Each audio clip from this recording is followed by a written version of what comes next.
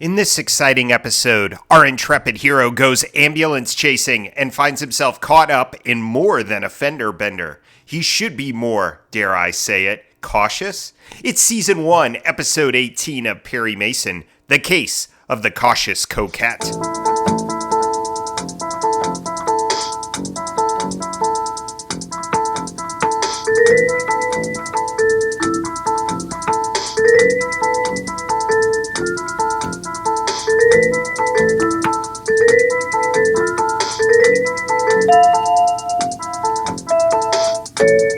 Welcome to the 18th episode of the Perry Pod. I'm your humble host, Jonathan Searcy, and my purpose here is pretty simple. Provide an audio companion to the greatest legal drama in television history, Perry Mason.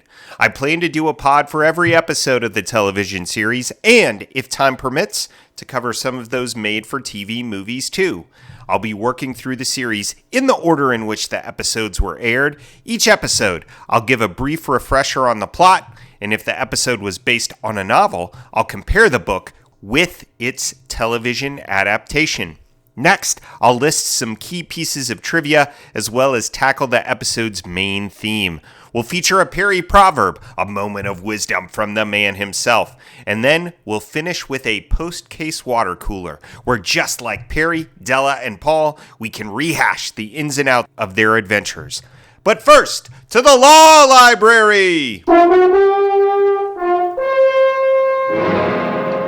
Each week in the Law Library, we return to prior episodes to refresh our memories about Perry's past so we can find fresh precedents for future cases.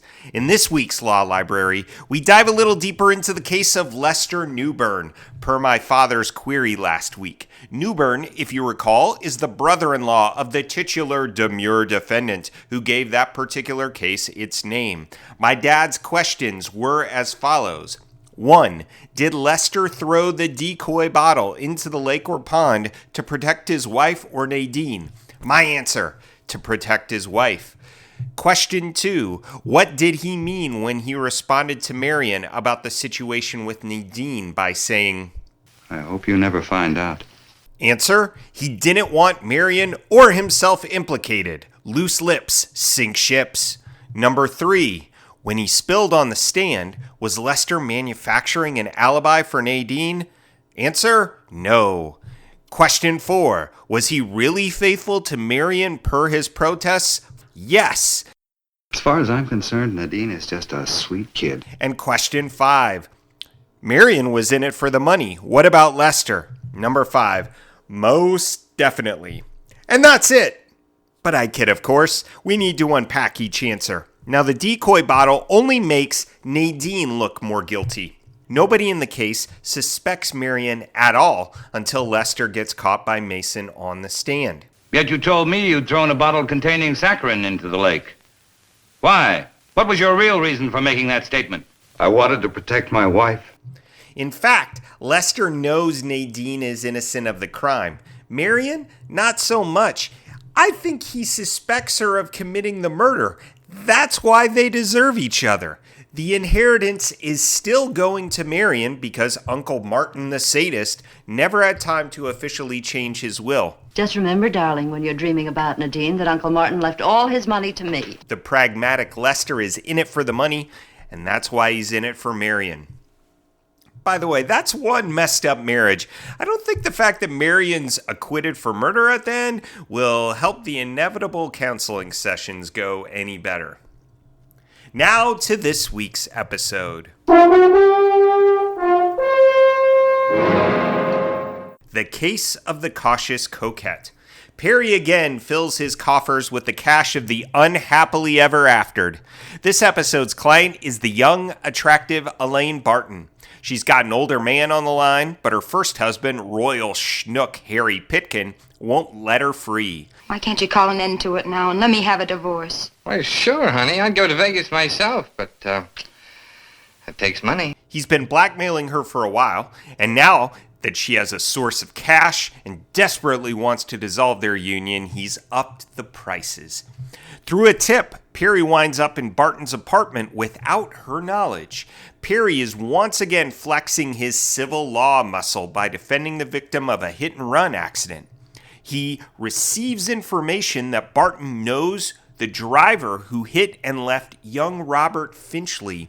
It's an answer to our ad in yesterday's paper. Did she see the Bob Finchley accident? Dear Mr. Mason, this is an answer to your advertisement in the Chronicle. If you're interested in locating a person who witnessed the hit-and-run accident in which a client of yours was injured on Monday, May 3rd at 10 p.m., the party you want is Elaine Barton, who lives at 719 Fairmont. Unfortunately, Miss Barton cannot get in touch with you at this time. However, you'll find the license number of the hit-and-run car inside the back cover of a notebook in her desk. Since Elaine is rarely at home, I am enclosing a key to her apartment. A friend. It turns out that Elaine doesn't know anything about the accident that left Perry's client in the hospital, but she does want to confide in him about something, her blackmail troubles. Perry surreptitiously checks the notebook that holds the info and gets a license plate. He walks out on Elaine, accusing her of putting on a two-timing performance. I think you're an excellent actress, Miss Barton. Thank you for the fine performance. And thank you for the coffee. Tracking down the license plate, Perry meets the lizard-like Stephen Argyle, who just happens to employ one Harry Pitkin as a chauffeur. You wanted me, Mr. Argyle? Mr. Mason, my chauffeur, Harry Pitkin. How do you do? Argyle seems guilty. We see Pitkin bribing a guard to earn Argyle an alibi. You better look in the bag again. $100? It's a little present. You better spend it on a memory course. You need one if you don't remember Mr. Argyle being here Monday night. And moreover, an Argyle insurance agent bull rushes Perry's client while he's in harness. I don't know if I should sign. I wish Mr. Mason were here. Well, I'm sure Mason would never turn down a $2,500 settlement. I think the insurance company's being very generous, Mr. Bates. Well, we try to be fair. And I'm ready to add my personal check for $1,000 more. What? Just to get this thing out of the way. Well, that's $3,500, Mr. Finchley. And all you got to do is just put the old John Hancock right there. Perry returns to Elaine's apartment, but this time he discovers her with the body of Pitkin. If this plot seems like a doozy, that's because it is. I've left out the complicated concerns of Ross Hollister, Sheila Cromwell, played by the fantastic Virginia Gregg. Sheila! Come on in. How about a swim? Oh, no thanks. I'm the working member of this firm, remember? I just came from the office. And Stephen Argyle. That's right, Hollister and Argyle are business partners. By the time the whole thing is through, Hollister is dead, Sheila has lied on the stand, and the police, at Perry's bidding, have captured the murderer, Stephen, playing Beethoven organ, Argyle, in his own home. We have a couple exposition scenes, but we're never quite sure who hit Bob Finchley or sent the first note to Perry. Was it Argyle? Was it Pitkin? It's a Raymond Chandler novel all of a sudden. The episode's most entertaining scene is its last. Perry, Della, and Paul toast one another on solving another case when Mr. Bates, the insurance agent, enters.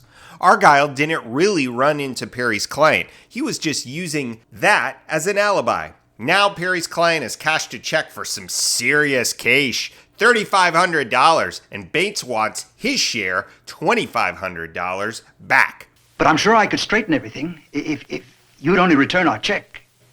Oh, I advised Mr. Finchley to keep the money. Bates jumped the gun, and now the insurance agency and Perry are mad at him. Bates exasperatedly says he can't do that. Why, he wasn't injured by Argyle. It'd be completely illegal. You are familiar with your standard form of release, the one that Finchley signed. Yes, of course. Then you should remember that you admitted no liability in the first place. And Perry holds the trump. Bates has shot himself in the foot.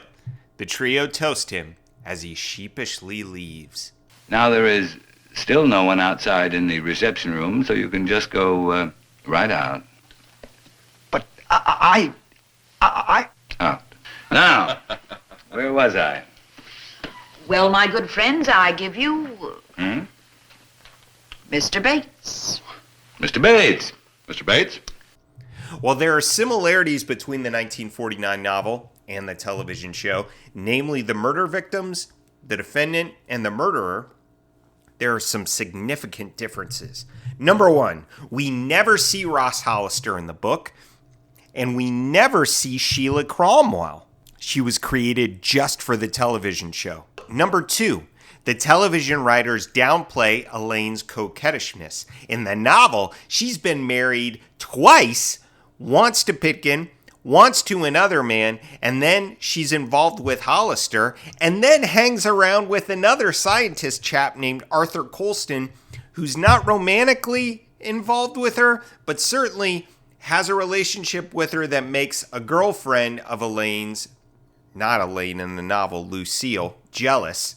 Number three, Perry actually tracks down the person guilty of the hit and run, so Bob Finchley and his mom, whose wreck was worse in the book, leave the novel with 2 checks. Number four, we don't get the delightful kiss off to the insurance agent, but the novel is negative about the entire insurance industry, while the show tries to paint Mr. Bates as a singular bad egg in a respectable profession. More about this in a minute. Number five, we get confirmation that Argyle was the one who sent Mason the original false message. I believe this detail is left open in the episode, though it's clear that Argyle got the key off of Pitkin's body. And now, let's get trivial, shall we? Each week in our trivia section, I give you 3 takeaways. Paul is a subject worth investigating more, Adela is something about a particular character in the story, and a Perry is something we learn about our main character. Our Paul this week concerns the relationship between lawyers and insurance companies. Earl Stanley Gardner was apparently worried that his novel, in the initial draft of the TV script, made the insurance companies out as too money hungry. Quote, since this book was written, he notes, Melvin Belly and some attorneys following in his general footsteps have worked out a scheme by which insurance companies are being nicked for damages that were completely unheard of a few years ago. The result is that the insurance companies are fighting back. The insurance companies claim that some of these lawyers resort to unethical proceedings. The lawyers in turn are bitter against the insurance companies, claiming that the policyholders, through premium rates, give the companies ample money to pay off claims on a basis of what they call the adequate reward. End quote. You'll note how the episode does its best to make us see Mr. Bates as a lone insurance wolf rather than a typical insurance man. Research prompt. Is Mr. Bates's ploy here standard practice? How often does this end around sort of thing actually happen? Ardella this week concerns the actor portraying Harry Pitkin, who was, surprise, surprise, a Harry himself, Harry Jackson. Well, just to prove I'm not such a bad guy after all, tell you what I'll do. I'll give you another couple days. Whether with or without a mustache, a murder victim, a murderer, or just someone you figure people wanted to murder, Jackson was an expert at playing a grade A louse. The producers must have thought he was good too. They asked him to be on the show 7 times. Our Perry this episode concerns how the man takes his instant coffee. I hope you like instant coffee. Fine. Do you take cream or sugar? No thanks. Hold the sugar, hold the cream. Perry likes his coffee like he likes his fingerprint ink. Black. Our theme for this episode is what else? Being cautious. It's what prevents Elaine from finding true love with Ross. I mean, does he make that trip if Elaine just says yes and marries him? What are we waiting for? Let's get married tonight. We can fly up to Vegas. No.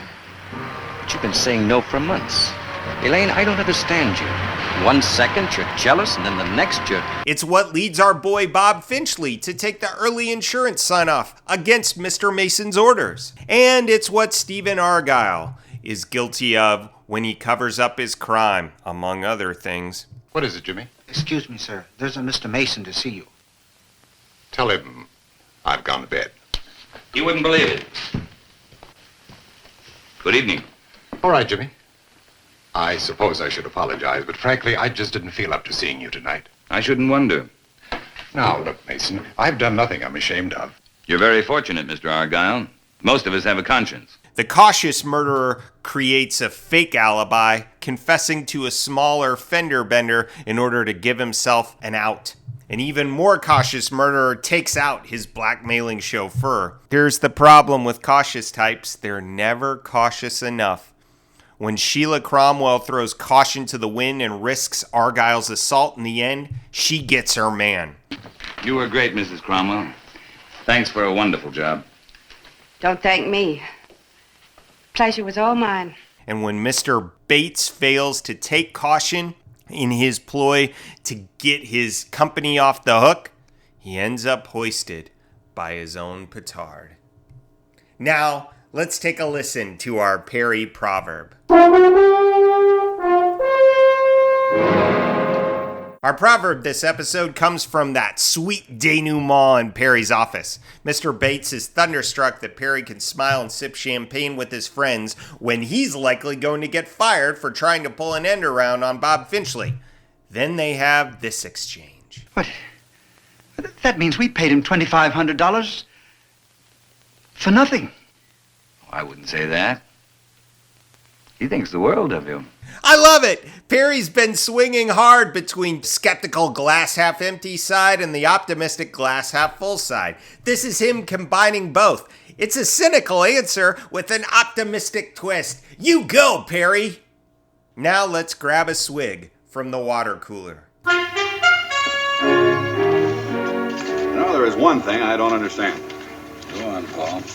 Thanks so much to those of you who gave me feedback on the last episode, The Case of the Sunbather's Diary. My Aunt Myra wondered if people would know who Judith Campbell Exner was. Remember, Judith Campbell Exner is the sister of Susan Morrow, the actress who portrayed Arlene Dowling in The Case of the Sunbather's Diary. Judith Campbell Exner, for the kids out there, perhaps best known as the mistress of President John Kennedy. Also the mistress, allegedly, of noted Chicago mob boss Sam Giancana. I guess we have to educate the youths.